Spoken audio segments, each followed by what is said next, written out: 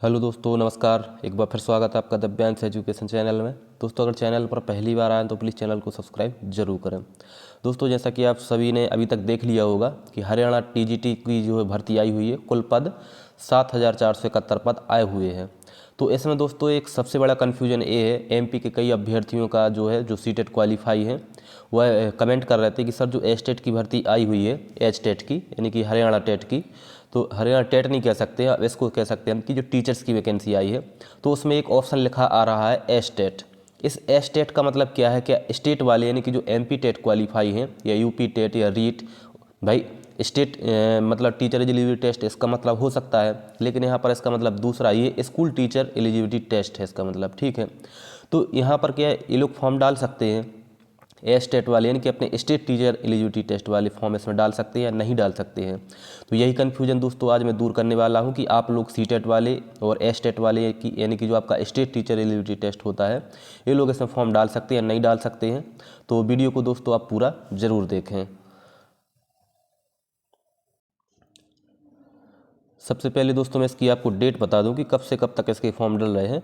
तो आपके जो फॉर्म डल रहे हैं 21 फरवरी यानी कि जो आपके 23 फरवरी से स्टार्ट हो चुके थे, और आपके जो है 15 मार्च तक इसके फॉर्म डल रहे हैं, और 20 तक इसमें आपकी जो फीस वगैरह रहता है, फीस भुगतान की यहाँ पर डेट दी गई है 20 मार्च तक, लेकिन 15 तक आपकी फॉर्म डालने की डेट है।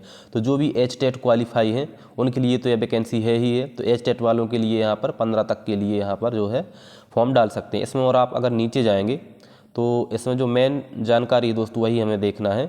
इसमें दोस्तों दो कैडर में भर्ती निकलती है, एक तो आपकी निकलती है हरे मतलब मेवात कैडर, और एक निकलती है दोस्तों इसमें शायद जो है यहाँ पर आप देखेंगे, यहाँ पर आपको दिख रही है रेस्ट ऑफ हरियाणा यानी कि मेवात कैडर की जो आपको यहाँ पर वैकेंसी दिख रही है। तो अलग अलग रहता है, जैसे हमारे यहाँ मतलब जनजाति कार्य विभाग और क्या नाम से डीपीआई रहता है, वहाँ पे मेवात और एक और दूसरा भी मैं आपको दिखाऊंगा।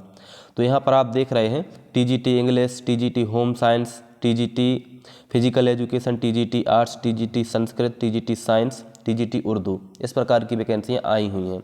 अब यहाँ पर हम देखेंगे कि योग्यता क्या है। यहाँ पर आप देखेंगे इंग्लिश के लिए 1751 पोस्ट यहाँ पर दी गई हैं। तो इसमें से वही जो सबके लिए कंपलसरी रहता है, यानी कि आपकी बैचलर डिग्री होनी चाहिए कोई भी यूनिवर्सिटी से इंडिया की, और 50% मार्क्स के साथ में होनी चाहिए।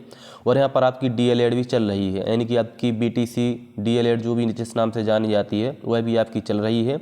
लेकिन यहाँ पर एक कंडीशन रखी गई है, आप यहाँ पर देखेंगे कि जो भी आपने डीएड बीएड ऑनर्स से कुछ भी किया होगा, तो यहाँ पर English as a teaching subject in जो आपके यहाँ पर दिया गया है डिप्लोमा इन एलिमेंट्री एजुकेशन, इसमें आपका जो है टीचिंग सब्जेक्ट्स में आपकी इंग्लिश होनी चाहिए। यानी कि जब आपने डीएड बीएड वगैरह जो की है उसमें आपका जो है इंग्लिश एक जो है टीचिंग सब्जेक्ट्स के रूप में आपका होना चाहिए, जो कि लगभग सभी का उसमें होता ही है इंग्लिश तो।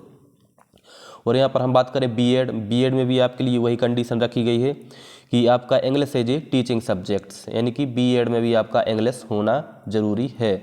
और यहाँ पर अगर हम बात करें तो इंग्लिश के लिए सिर्फ और सिर्फ यहाँ पर आप देखेंगे कि certificate of having qualified Haryana teacher eligibility test यानी कि एच टेट आपका इन इंग्लिश सब्जेक्ट है, यानी कि इंग्लिश सब्जेक्ट से आपका हरियाणा टेट यहाँ पर होना अनिवार्य है। इनके अलावा और कोई यहाँ पर फॉर्म नहीं डाल सकता, यानी कि यहाँ पर आपके जो है सी टेट वाले और एच टेट वाले भी यहाँ पर फॉर्म नहीं डाल सकते। हिंदी और Sanskrit as on the of subject matrix of higher education, यानी कि आपका 10वीं 12वीं में जो है हिंदी या संस्कृत इन दोनों में से एक सब्जेक्ट होना चाहिए, जो कि लगभग सभी का होता है। हिंदी तो सभी की होती ही है। और यहाँ पर अगर हम बात करें तो होम साइंस की, और नीचे अगर हम जाएंगे यहाँ पर दोस्तों होम साइंस में आप देख रहे हैं, होम साइंस में आपको यहाँ पर देखने को मिल जाएगा कि यह आपकी डीएड बीएड तो लग ही जाएगी, और आपका होम साइंस सब्जेक्ट है यानी कि डीएड बीएड में होना चाहिए। और नीचे आप यहाँ पर देखेंगे अगर, तो यहाँ पर आपको देखने को मिल जाएगा certificate of having qualified Haryana teacher eligibility test यानी कि एच टेट, या स्कूल टीचर एलिजिबिलिटी टेस्ट आपको यहाँ पर देखने को मिल जाएगा H TET in home science subject and Hindi and Sanskrit for the subject for matriculation of higher, यानी कि 10वीं 12वीं वही आपका हिंदी या संस्कृत इन दोनों में से एक होना चाहिए। और यहाँ पर दोस्तों कहा गया है कि एच टेट, यहाँ पर दोस्तों एच टेट का मतलब ये है कि आपका जो हरियाणा करवाती है, यानी कि हरियाणा सरकार जो भिवानी बोर्ड वहाँ का है उनके द्वारा जो एच टेट करवाया जाता है वह क्वालिफाई है, ना कि आपके अदर स्टेट के। तो यहाँ पर सी टेट भी वैलिड नहीं है और अदर स्टेट के जो स्टेट होते हैं वह भी यहाँ पर वैलिड नहीं है। इसलिए सिर्फ और सिर्फ यहाँ पर स्टेट और हरियाणा द्वारा सरकार मतलब भिवानी बोर्ड द्वारा करवाया जाता है स्टेट, वही यहाँ पर वैलिड है। इनके अलावा और कोई वैलिड यहाँ पर नहीं है। तो अदर स्टेट के लोग अगर आपका सी टेट, एस टेट है, यूपी टेट है, रीट है, तो यहाँ पर फॉर्म नहीं डाल सकते, ना ही सी टेट वाले डाल सकते हैं। सिर्फ हरियाणा बोर्ड के द्वारा जो एग्ज़ाम करवाए जाते हैं टीचर से संबंधित, अगर वह आप क्वालिफाई हैं तो ही आप यहाँ पर अप्लाई कर सकते हैं। और नीचे स्पष्ट हो जाएगा यहाँ पर, जैसे कि आप यहाँ पर और नीचे देखेंगे तो यही कंडीशन यहाँ भी दी गई है। यहाँ पर आप देख रहे हैं टीचर्स मतलब teachers eligibility test, school teachers eligibility test a state. यहाँ पर दोस्तों मैं आपको बता दूं भिवानी बोर्ड भी यहाँ पर आपको देखने को मिल जाएगा कि कंडक्टेड बाय भिवानी बोर्ड। मैं आपको यहाँ पर दिखा दूं, यहाँ पर दोस्तों आप बिल्कुल साफ साफ देख रहे हैं लिखा हुआ कि Hindi Sanskrit as on the subject of matriculation of higher, यानी कि आपका दोनों में से हिंदी संस्कृत में से एक आपका 10वीं 12वीं में होना चाहिए। फिर यहाँ पर आप देख रहे हैं certificate of having qualified Haryana teacher eligibility test H TET, school teacher eligibility test यानी कि H TET for respected subject for the post applied, यानी कि जिस भी सब्जेक्ट से आप अप्लाई कर रहे हैं उस सब्जेक्ट में क्वालिफाई होना चाहिए। इंग्लिश से कर रहे हैं तो इंग्लिश में, मैथ्स से कर रहे हैं तो मैथ्स में, होम साइंस या साइंस में कर रहे हैं तो उस सब्जेक्ट से यहाँ पर आपका क्वालिफाई होना चाहिए, एच टेट या H TET. Conducted by board of school education Haryana Bhiwani, यानी कि इनके द्वारा क्वालिफाई ही आपका जो है, इनके द्वारा करवाया जाने वाला जो टेट है वह क्वालिफाई अगर आप हो तो ही आप यहाँ पर जो है कर सकते हो, नहीं तो आप जो है यहाँ पर अप्लाई नहीं कर सकते। यानी कि सीधा सीधा सा मतलब दोस्तों ये है कि ए स्टेट आपका अदर स्टेट वाले यहाँ पर फॉर्म नहीं डाल सकते हैं। सिर्फ और सिर्फ अगर अदर स्टेट के आप हैं, अदर स्टेट के लोग हैं जिन्होंने ए स्टेट और वह क्वालिफाई किया है, कई लोग ऐसे रहते हैं जो वहाँ का एग्जाम देते हो करते हैं, तो उनके लिए ये वैकेंसी है। भले ही आप अदर स्टेट के फॉर्म डाल सकते हैं, लेकिन अगर आप सोचें कि हम एमपी टेट क्वालिफाई हैं हिंदी या संस्कृत से तो हरियाणा में डाल दें तो आप नहीं डाल सकते। सीधा सीधा सा मेरा बताने का मतलब यही था। अगर आप अदर स्टेट के हैं और हरियाणा का स्टेट क्वालिफाई हैं आप अपने सब्जेक्ट से, तो आप यहाँ पर फॉर्म डाल सकते हैं, कोई दिक्कत नहीं है। जो भी क्वालिफिकेशन हमारे यहाँ रहती है वही क्वालिफिकेशन वहाँ पर दी गई है।